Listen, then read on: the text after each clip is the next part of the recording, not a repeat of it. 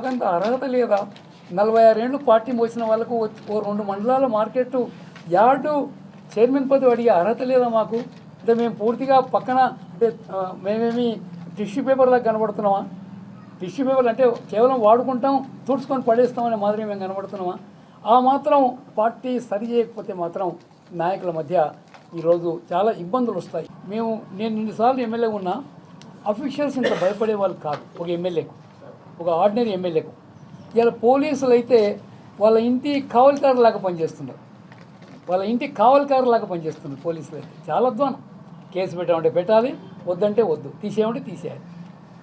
ఏదో ఒక తొట్టి గ్యాంగు వెంబడి తిరిగినంత మాత్రాన మీరు గొప్ప నాయకులు అనుకోండి, బయట వాళ్ళకి ఏమీ విలువ లేదు. మొన్న పార్లమెంట్ ఎలక్షన్లోనే అది మొత్తం మన తేటతెల్లం అయిపోయాయి. 25,000 మెజార్టీ 5,000 ఎందుకు తగ్గుతుందో చెప్పు? నేను అన్ని గ్రామాలు తిరగకపోతే మైనస్లో పోతుండే నియోజకవర్గం అనేటువంటి మాట కూడా నేను సవినిగా మనం చేస్తూ ఉన్నాను.